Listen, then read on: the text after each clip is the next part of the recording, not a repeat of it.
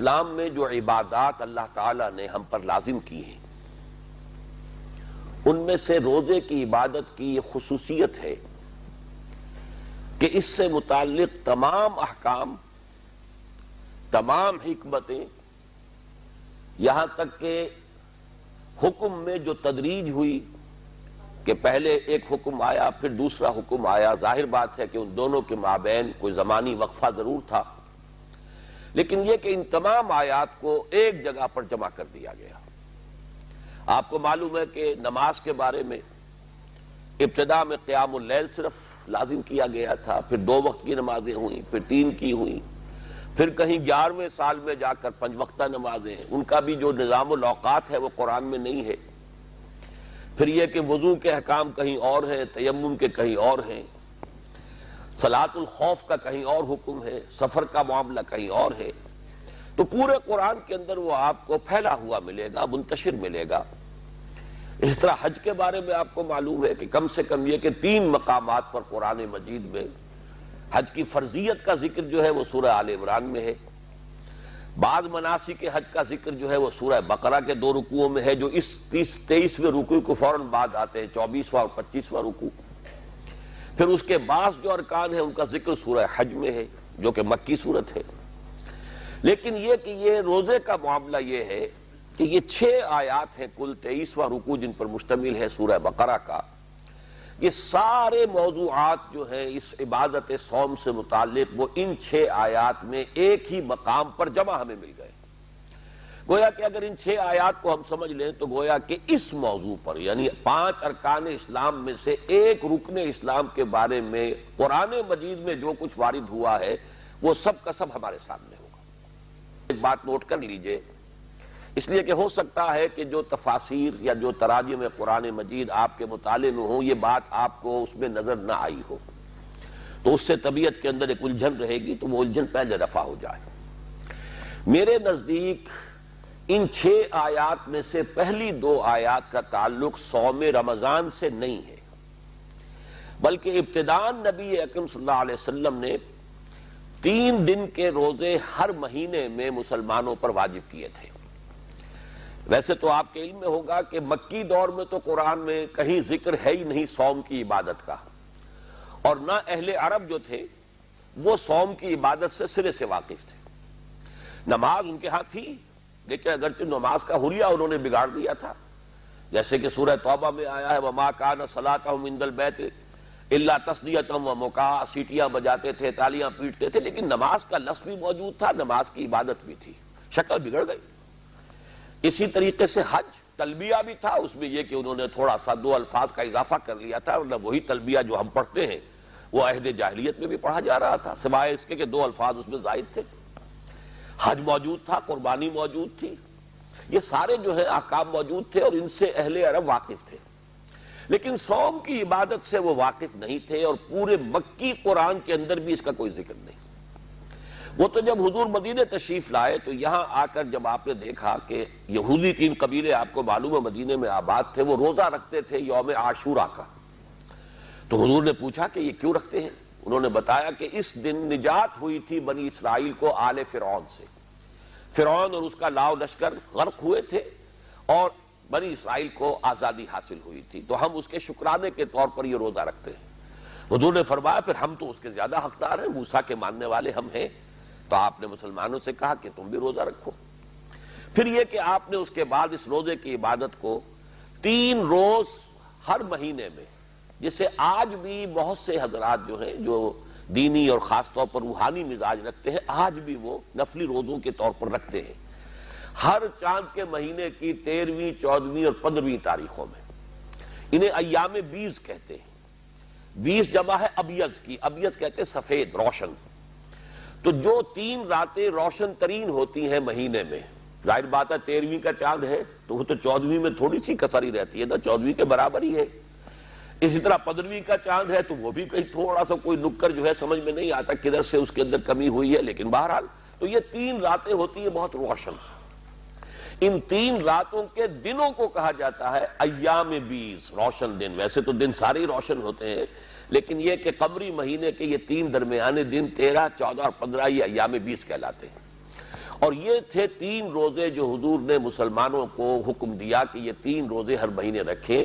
اس کے کچھ عرصے کے بعد، ہو سکتا ہے سال 1.5 سال کا وقفہ اس میں ہو، اس کے بعد پھر رمضان مبارک کے روزے جو ہے وہ فرض کیے گئے ہیں. تو ان میں سے 2 آیات کا تعلق پہلے حکم سے ہے اور پھر بقیہ 4 آیات کا تعلق صوم رمضان سے ہے. یہ چونکہ جیسا کہ میں نے عرض کیا عام طور پہ تراجم میں نہیں ہے.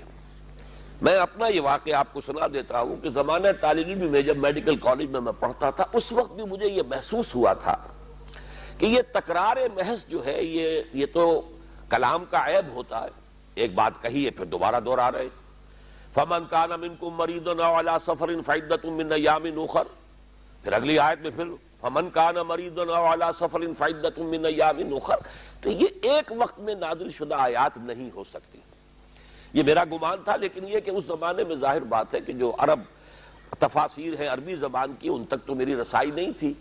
جتنے تراجم موجود تھے دیکھیں کہیں یہ بات نہیں تھی. تو بس دل میں ایک بات تھی، گھنڈی سی تھی کہ میرا خیال تو یہ ہے، لیکن یہ کہ کوئی تائید مجھے کہیں سے نہیں مل رہی. ہندوستان سے ایک رسالہ نکلتا تھا زندگی، جماعت اسلامی ہند کا وہ گویا کہ سرکاری ترجمان تھا. عروج احمد قادری صاحب اس کے بہت صاحب علم اور فضل انسان تھے، اللہ تعالیٰ ان پر رحمت نازل کرے. وہ اس کے مدیر تھے. وہ ایک رسالہ آیا، اس میں انہوں نے کچھ تھوڑا سا طنزیہ اور استہزائیہ انداز میں ذکر کیا کہ مولانا انور شاہ کاشمیری نے ایسی بے بنیاد بات کہتی ہے کہ ان 2 آیتوں کا تعلق جو ہے وہ صوم رمضان سے نہیں ہے.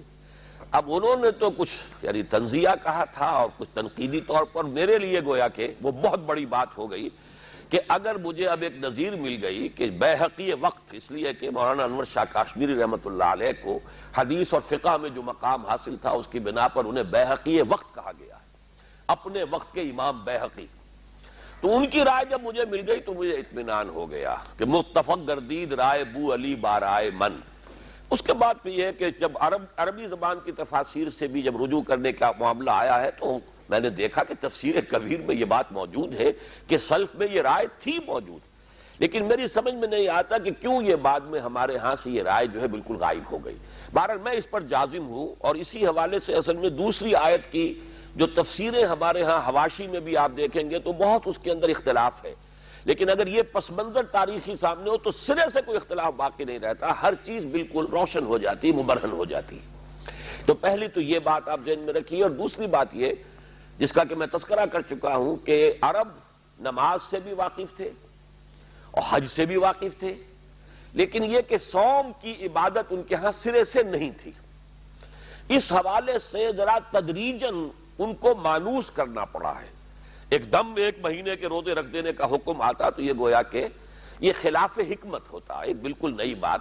تو تدریجاً یہ حکم آیا اور تدریجاً اس طریقے سے انہیں مانوس کیا گیا ہے. کتب علیکم الصیام، تم پر روزہ رکھنا فرض کر دیا گیا، لازم کر دیا گیا. اب یہاں نوٹ کیجئے صیام کے معنی کیا ہیں.